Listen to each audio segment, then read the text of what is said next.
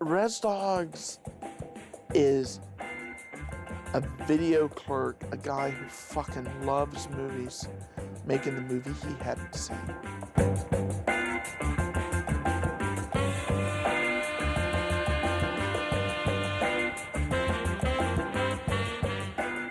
For me, Reservoir Dogs is not an apprentice piece.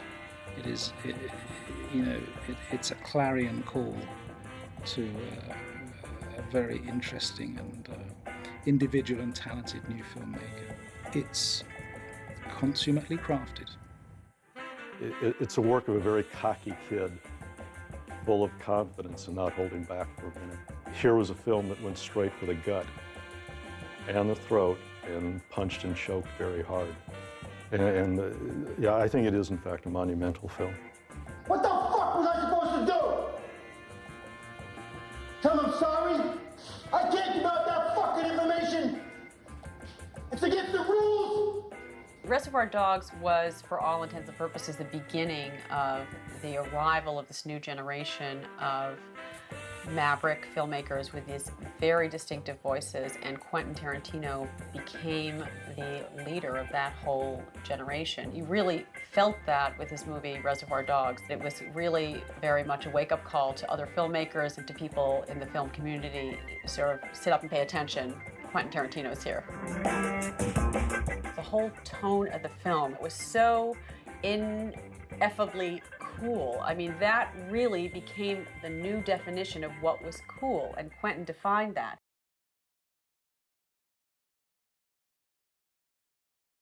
Quentin's awfully nice to his actors. He puts songs behind them that make them fucking gods. You know, these are gods. These are people that have the coolest soundtrack in the world behind them. You know, that began with Res Dogs. That Res Dogs soundtrack is a awesome soundtrack, right? You know, and you know, you sit there, you listen to that, you know, you watch. I mean, to move in slow motion to that music, that's what's cool, right? You know, I mean, it's one of those things. You wish to God you were that cool. Music was a big part of all his movies. But it was not just the music, because also the clothing, that whole look with the skinny ties is also very retro. So you had young people on the streets of London who started dressing like Reservoir Dogs. They'd wear, you know, black jackets and white shirts with skinny black ties and shades. You know, that was, and by the way, you'd see that look imitated in advertising and in a lot of different places, and also, of course, in lots of knockoffs, wannabe kind of Reservoir Dog type inspired films.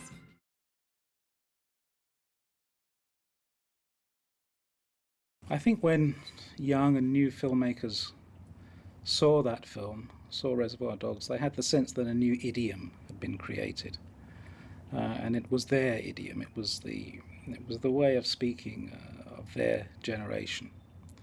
So it was as if you know, Tarantino had given everybody permission to go in that particular direction. What the fuck was I talking about? I think it made the pop culture references very mainstream. I think it, probably more so than a film like Clerks, which might have gone that way anyway as an independent work. It told, I think, the studios that they could riff and go off in unexpected directions with a film like this. Suddenly pop references were appearing in all sorts of unexpected places in different films. And I think because of Tarantino's success, the studios felt very comfortable emulating it. I don't tip. You don't tip? No, I don't believe in it. You don't believe in tipping?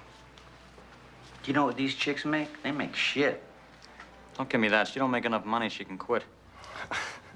Tarantino is very clever as a writer in giving us this amusing, engaging banter, but at the same time suggesting other currents that are flowing underneath. It was a style that led to many imitators, but it wasn't altogether a new style. And if you go back, for example, to Shakespeare, if you look at any text of a Shakespeare play, you'll see whole sections of footnotes. And very often these things were about contemporary matters, you know, about contemporary celebrities or events or whatever. that today we really know nothing about. But for an audience in the 16th century, at the end of the 16th century, it would have had pretty much, I think, a similar effect to what, Tarantino was doing. You remember the Fantastic Four? Oh yeah, with that invisible bitch and Flame On and shit. Thing.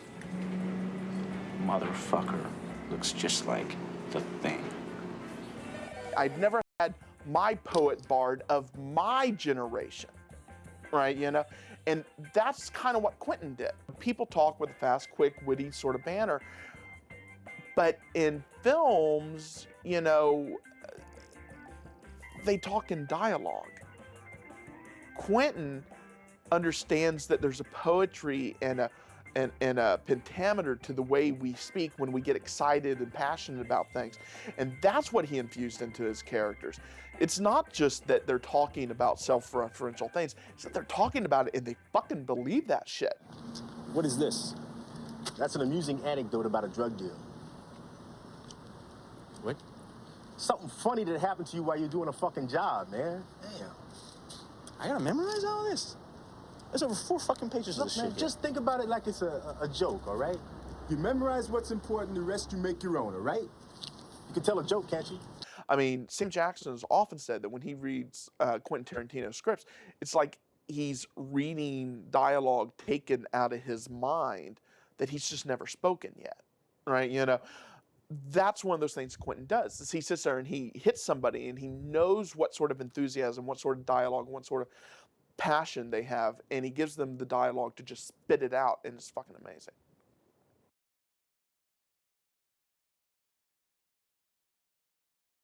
I think it's very much of a piece of those kinds of movies whose violence was not just a gratuitous violence, or that it was a new level of violence that had people talking, that set a new bar for what could be done on screen or for what is shocking to audience members, but also what connects in some way. Because you're having many violent films, there's horror films all the time, but there was something about the violence that felt like it was new, and that was not just about the brutality of it, but it was the whole tone of the film. I think it hits harder in part because of his choices of the amount of blood in the scenes and the way he chose to heighten the color of red in the blood so it really stood out. And also because of the length of the scenes. Conventionally, in a crime thriller, if not a film noir piece, scenes would not be so extended. Scenes would move much more rapidly. There'd be much more cutting. But he often would hold in very long master shots where you saw the consequence of the violence.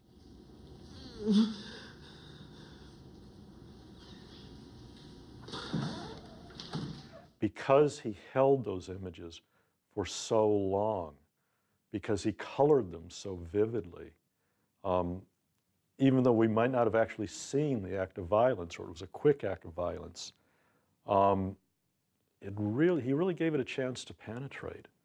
Yeah, the body count in the movie was actually pretty low compared to most films of his genre. It's just that he chose to dwell on it. I think that Tarantino uses the pain to entertain.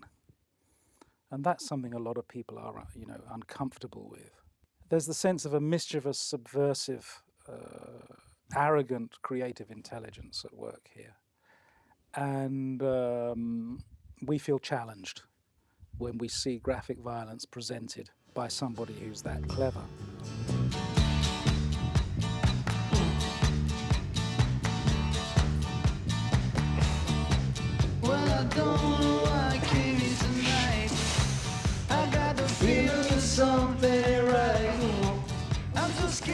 Of course, one becomes complicit in a sense with the violence as we go through the movie. We pay for it, but that complicity worries us as well. And here were a bunch of guys, here were men behaving like little boys. And the film made no apologies for that. What was that? I'm sorry, I didn't catch it. Would you repeat it?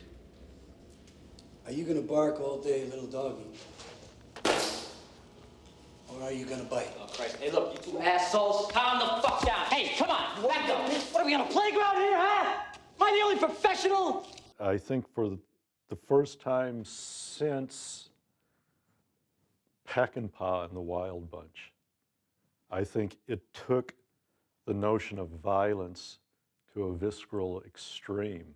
What's interesting, too, in terms of that, is that Tarantino was, I think, had a degree of empathy for you, for the audience, because at least in the cut of the film that went out theatrically, you don't see the cutting of the ear. He does, in fact, pan away. You see him holding the ear afterwards and joking, talking into it, and then throwing it away. Hey, what's going on? You hear that? You know, it also showed that violence can be funny, it can be absurd, horrifying, banal, that a whole range of tone and emotion can be communicated by using it. I think one of the things that's really remarkable about Tarantino's film is that while it absolutely sucker punches you in the gut, it's also very funny. And like Hitchcock, the comic elements, the darkly comedic elements are disarming. And as a result, you're a little more vulnerable to the action. And when the jolts take place, they become all the more gut-wrenching. They become all the more exciting. Some people could accept the playfulness of it, the wicked playfulness of it. Others, some of whom may have been really strongly and powerfully affected by it, just simply could not accept that level of sadism on the screen. And it did raise the bar for graphic violence and sadism in a way that I think permitted some filmmakers to kind of cash in on the thrill, on the frisson, you know, on the simple, visceral excitement of it all.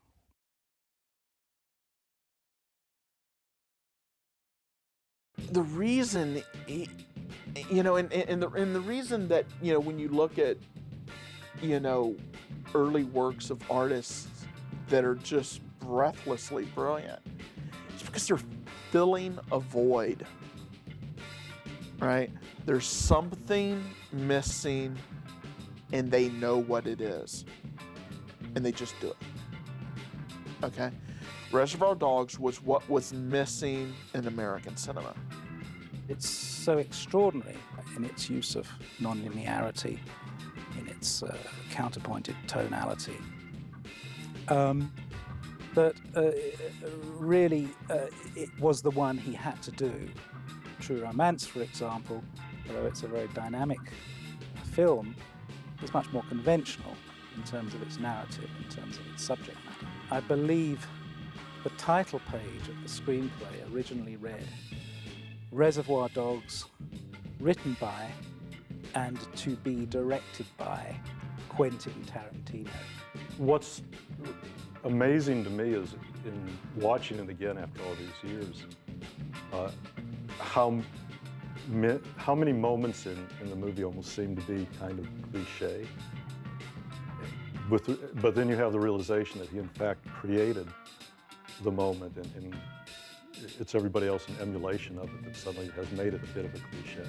I mean, I think if you were alive and making movies in the 90s, I don't think that you could really ignore that, the impact and just the language, the visual language and the tone, as I said, of his work. So whether it inspired those directors in a very direct way or whether it just influenced them generally as they were doing their own work, I think that he is probably the most important director of the 90s in terms of influencing, in terms of setting the tone for his time and for his generation, and also influencing directly the work of a lot of other directors, good directors and bad directors.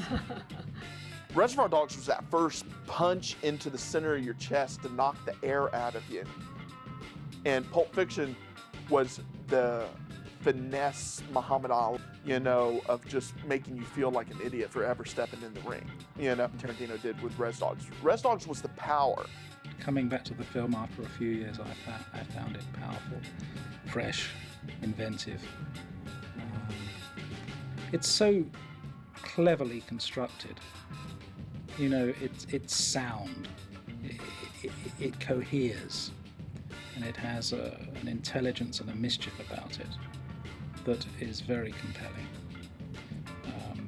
I think it's set to last for a while.